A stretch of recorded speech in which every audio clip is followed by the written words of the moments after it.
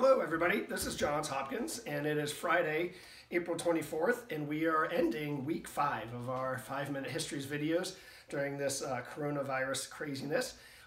Today we're going to head over to the Bargain House, Baltimore Bargain House, but before I do, I just want to say thank you to everybody who has hung in there with us over the last 5 weeks, and in particular to my daughter Leah, who started out filming as my film crew, started out at age 14 and somewhere in there has had a birthday and is now 15. And especially to my colleague Molly, who is making all of this possible. I think we will have to add video producer to her title. And especially to you all who have hung in there with us and sent in your comments and contributed to Baltimore Heritage. I will say that you are all our Jacob Epsteins, and if you don't know what that means, in the next 5 minutes, you're going to find out. So let's go over to the Baltimore Bargain House. It is like a hidden gem in plain sight. It's just across from the arena on Baltimore Street. And some of you may know it as the Nancy Grasmick State Education Building. Before that, though, it got its start in 1911 with a gentleman named Jacob Epstein, and it was a showroom for his wholesale business. Epstein came from Lithuania. He was an immigrant. He arrived in Baltimore at age 17, and like millions of other immigrants who arrived in Baltimore, he arrived with nothing in his pockets. But he didn't arrive in Baltimore by chance. He actually did his due diligence when he was in Lithuania, and he chose Baltimore because he thought it had the greatest opportunities. So he arrives just after the Civil War, in the years following the Civil War, and becomes an itinerant peddler. And he was out, he'd pick up goods in Baltimore and then head out to Western Maryland and West Virginia and Pennsylvania and sell them and then come back and do it again. But in 1881, he kind of got sick of being the itinerant peddler, and he opened his first wholesale outlet. And what he did, and he flourished. It went on to become the Baltimore Bargain House by the 1920s, was employing over 1,500 people, and had an annual income of about $30 million, which I think is equivalent to, say, like $400 million in today's dollars. So Epstein chose Baltimore and Baltimore did pretty well for him.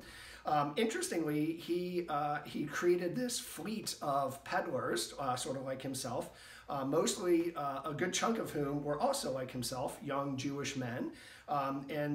This fleet of young men would come and pick up goods at Epstein's Baltimore Bargain House, and then head down south mostly and sell them in small towns, pots and pans and whatnot in small towns across the South. And if you're ever driving, or maybe you're from a small town in the South, or if you're driving through and you notice a Jewish synagogue and you sort of say, that seems a little curious, there's at least a good chance that that was one of Jacob Epstein's peddlers who went down south and fell in love with a farmer's daughter and then never returned to Baltimore. All right, but back to Baltimore. Epstein does super well. Opens his big showroom in 1911. The mayor's there, the governor's there, hundreds of people are there, and he gets incredibly wealthy. And one of the things he does with his wealth is start buying artwork. And he goes for the old masters. I think it's the Barbizon school, the artists that paint those huge canvases of dark scenes, and he starts collecting those.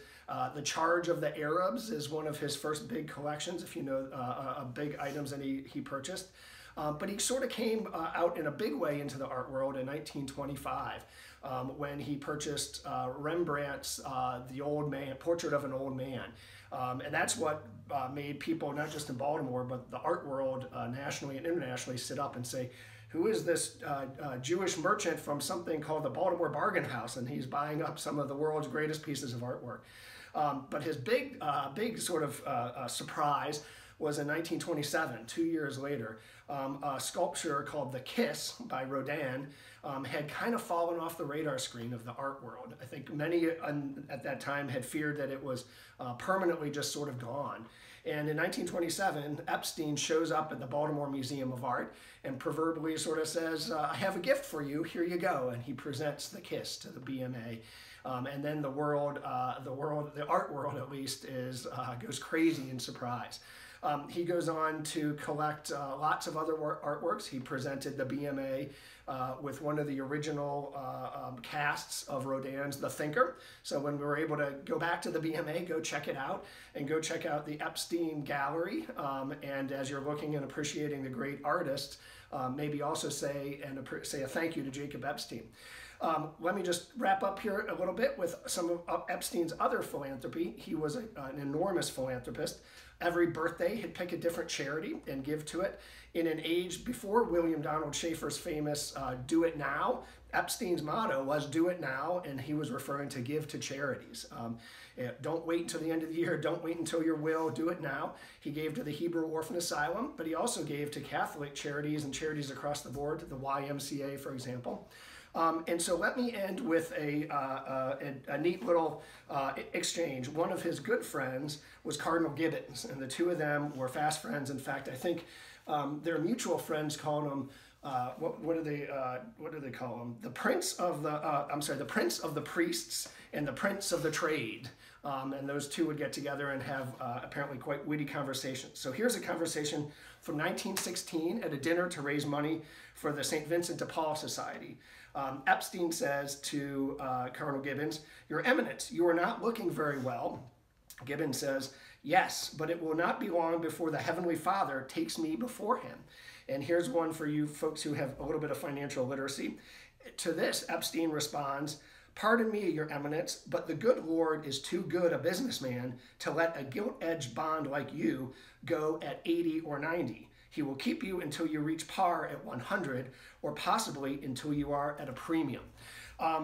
So how's that? The Epstein was called the man who taught Baltimore how to give. And so my earlier reference calling all of you who have donated to Baltimore our Jacob Epsteins, thank you, and there you go. We'll see you next week in week 6.